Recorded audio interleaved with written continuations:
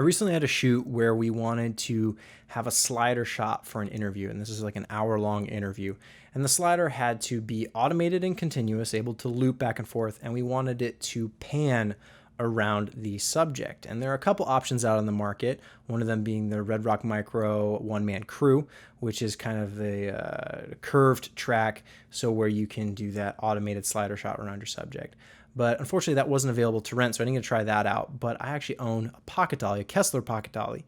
And Kessler makes the Second Shooter, which is essentially a motorized unit that attaches, and it gives you full 3-axis control for slide, pan, and tilt. And it's actually cheaper than the one-man crew. And so I was able to rent that, and I got to play around with it. And I noticed that there's not a lot of videos online, so I thought I'd just share my kind of initial impressions, loose review kind of thing of it. But it's really, really impressive. This thing works flawlessly. Now, I will preface this with the one issue I did run into.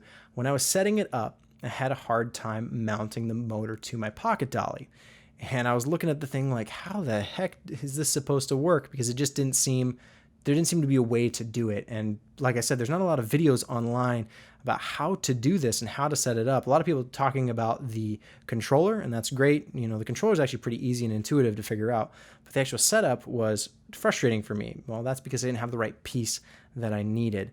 There are different motor mounts for the different sliders that are out there. I have the pocket dolly, but there's also the Cine slider and a couple other Kessler ones that use a different mounting solution for that motor plate. And I needed a different one for the pocket dolly. So I thought, oh crap, I'm screwed. I rented this thing and didn't come with the right plate. What am I going to do? Well, my pocket dolly, I also have an Oracle motion controller with one motor that I use for time-lapse, so slide or time-lapse stuff. I got this a few years back, and I've had it, and I've used it for a lot of my time-lapse work. Well, Kessler was smart enough to use the same mounting plate for their old motors as for their new motors, which I was like, thank God they did that, because I was able to use that old plate, mount the new motor, and get it all rigged up, no problem. So I'm really glad that Kessler stuck with that mounting solution, because in my case, it was really, really helpful.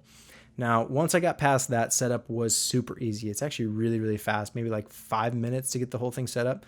You mount the motor, you mount the head unit, plug it all together, get it powered, and you're ready to rock and roll. The controller for everything, really intuitive, really simple. It's kind of just follow the menu and tell it what you want it to do. I didn't even have to look up any instructions or instruction manual, because it just kind of worked the way I thought it would work. So that was really nice to see. And the shots, as you would expect, buttery smooth, really, really nice. You get the full 3-axis control, so you can set your start and end point for your slide, for your pan, and for your tilt. And it did exactly what we needed to do for the interview. We were able to set the speed. The motor was nice and quiet, even though I wasn't using it in the quietest mode, because unfortunately I don't think you can do that with the pocket dolly. There's different ways to rig the motor with different size gears, and there's a different way to rig it with either it's like more torque and slower speed, and it'll actually be quieter. I couldn't do that with the pocket dolly, but you can do it with some of the other sliders that are out there. And so even with the not as quiet version of the motor, still was plenty quiet for the speed I was going. For an interview, you wouldn't want to be going too fast anyway, and the sound was not an issue. There were a lot of people asking about that, and not a problem.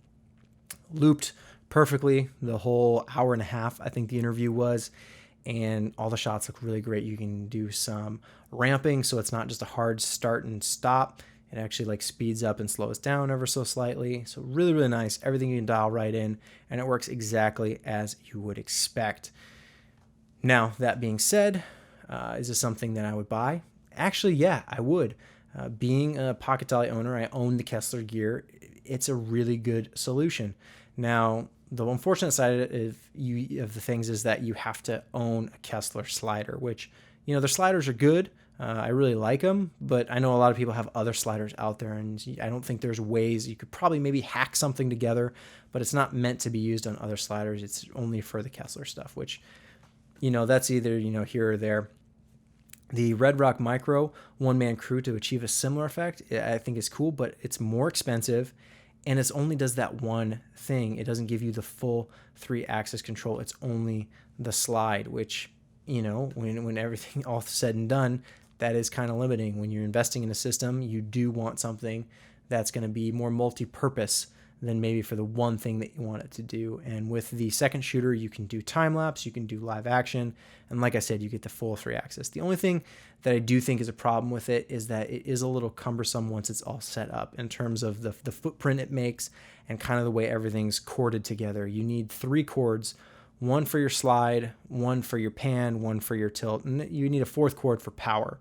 So once you have all those cords set up and your slides it's moving around, those cords can get in the way. And it's not the most attractive thing you could bring to set because it kind of gets this octopus tentacle effect going on. It's not ugly by any means, but it's just not neat and tidy either. I guess it's kind of the best solution they could come up with, and it works really well, but it just kind of looks not so great. And there could be an issue if one of those cords, it's just an Ethernet cord, but if it got caught on something, that could affect your slide or your pan or your tilt or whatever, and mess up your shot. And it does make the slider much heavier.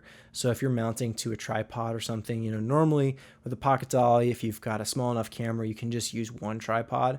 But with the second shooter, the motor and the head unit for panning and tilting, it's substantially heavy, especially with something like a pocket dolly and a small camera. That alone is going to add so much weight that you're going to need at least 2 points of contact with the slider to keep it stable and keep it level. And that adds more time to your setup and adds more time if you need to move or change anything.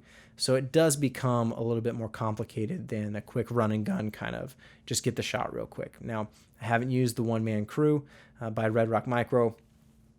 I don't know if that's any easier to set up. It is a lot more compact because all the wiring and everything is inside, so you don't have that issue. But again, you can't do as much as you can with the second shooter.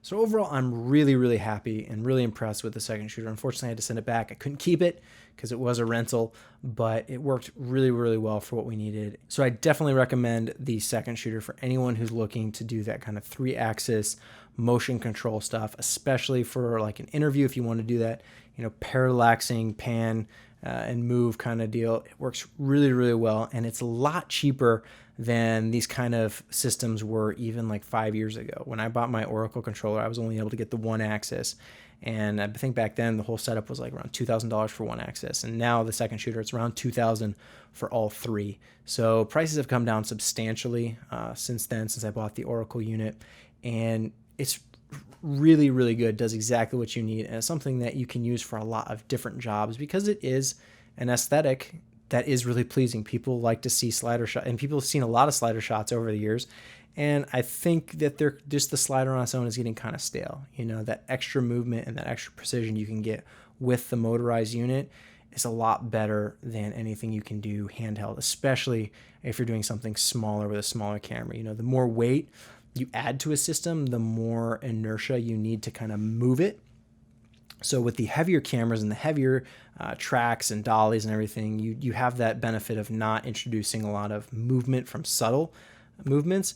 But with the smaller systems, with DSLR cameras and even the smaller video cameras, you really have to watch your movement. And that's when the motorized stuff becomes really, really valuable because you can use it to get that repeating automated movement that you want, and it can do it really precise, much more precisely than I can, and certainly I think most people can. So definitely worth it. I'd highly recommend you just rent it and check it out, see if it is for you. But if it is something that you're considering purchasing, I would go for it. If you got the money and you need something like this, the second shooter is a fantastic device, and I think it does exactly what it says it does. That no problems here.